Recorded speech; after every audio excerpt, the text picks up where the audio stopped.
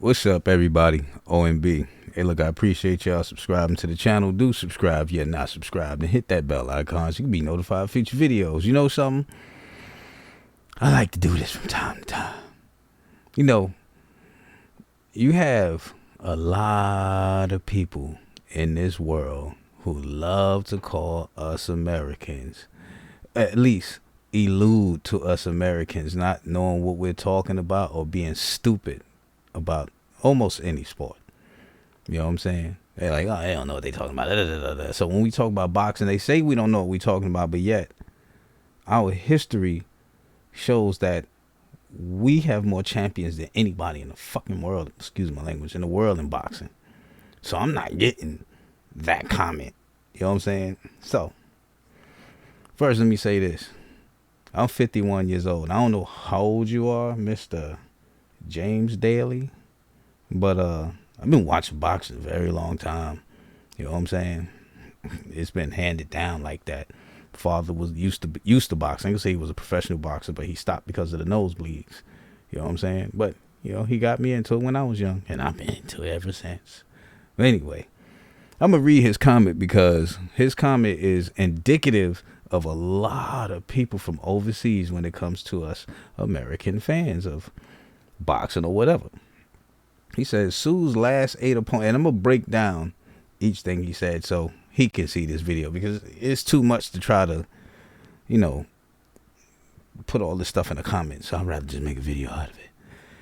James Daly says Tszyu's last 8 opponents combined had an average record of 19-1-1. Who did Charlo fight before his first world title shot?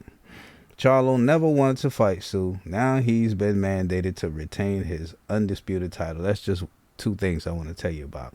Well, first, before I go there, I want to get to what he says. He said, I'm skip. He says, most Americans are so far behind the 8 ball when it comes to Tszyu. Why wouldn't any fighter challenge for the undisputed title? Okay.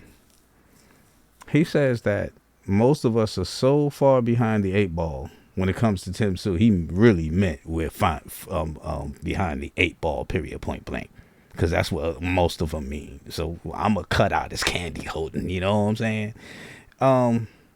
You said that Tszyu's last 8 opponents combined had an average record of 19-1-1. Who did Charlo fight before his first world title? First of all, who did Tszyu fight?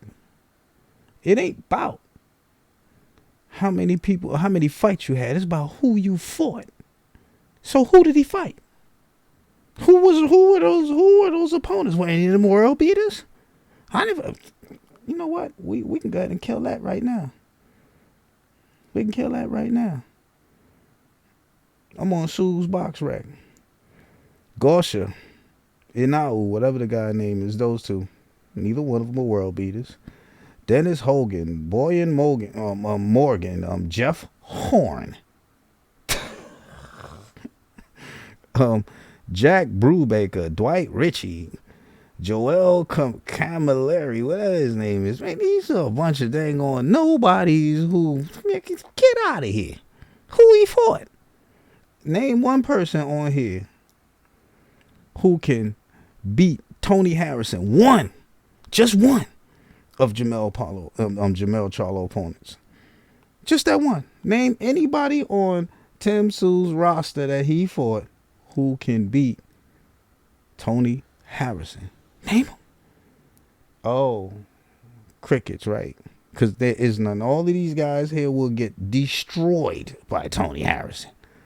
You know what I'm saying? So, I mean, all that extra with the 19-1-1, yada, yada, yada. Now I'm going to get back to what he was saying.